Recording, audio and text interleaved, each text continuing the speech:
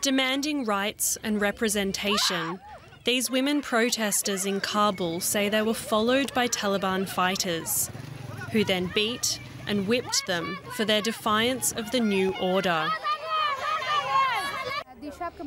We will continue demonstrating as long as we can and as long as we are alive, because we want our rights from the international community, the rights that Islam gave us 1,400 years ago.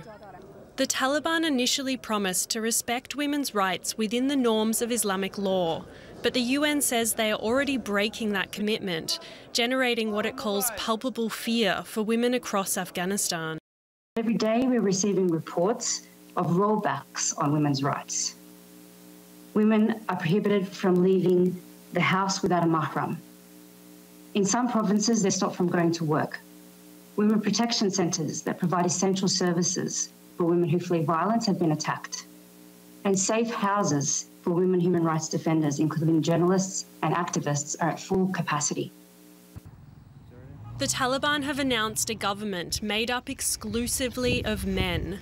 With international pressure seen as vital for an inclusive government, the announcement has been met with caution by foreign powers. As we've said many times, the international community is watching, the United States is watching. It's whether they let people depart the country who want to depart, whether they treat women across the country as they have committed to treat them, and how they behave and operate. And therefore, we're not moving toward recognition.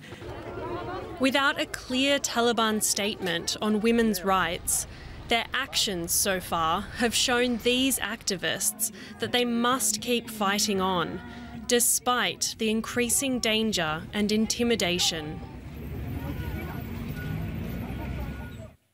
And for more, we're joined now by journalist Ali Latifi from Kabul. Ali, thanks for joining us. What more can you tell us about these reports of the violence at protests, of journalists who are covering the protests being beaten and arrested? There were repeated reports all of yesterday and the day before of journalists being beaten with wires, of them being detained, of having their equipment confiscated, of them being held by the Taliban for several hours. Human Rights Watch, Amnesty International have both come out against it and have said that they have credible proof of it. Several media outlets have come out and said that their staff has either been detained or abused over the last 24 to 48 hours. We ourselves, when we were going out to film 2 days ago, we were warned by police not to go in a certain direction because the Taliban were stationed outside and they were taking people's cameras and they were detaining journalists. So the situation is quite dire at the moment.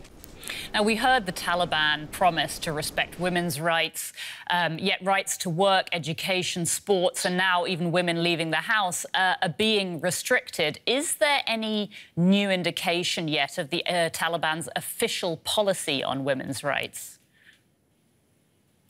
Well, they're not entirely being restricted. You know, women are still largely able to go to work.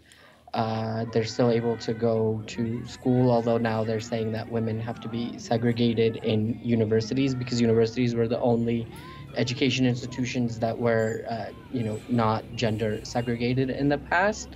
Girls are going to school. But the problem is that it's as the same thing, like, you know, they said the media should have freedom, but then you see what they do. So a lot of their policies are very ad hoc. You know, then you have reports of women saying they weren't even allowed into the building when they tried to go to work, and others who don't go out of fear. So again, it sort of goes back to, you know, what has been said earlier, that they haven't made anything clear. They haven't made actual statements that you can do this or you cannot do this. Mm-hmm. And so what's happening is that their fighters are acting as they see fit on the street, you know, because on the one hand, you know, they say the media is free, but then you see all of these reports of literal beatings of journalists. And then the same thing with women, you know, saying women should be able to participate in all aspects of life, but then being turned away at the door of their place of employment. All right. OK, Ali Latifi in Kabul, thanks so much for your reporting. Uh-huh.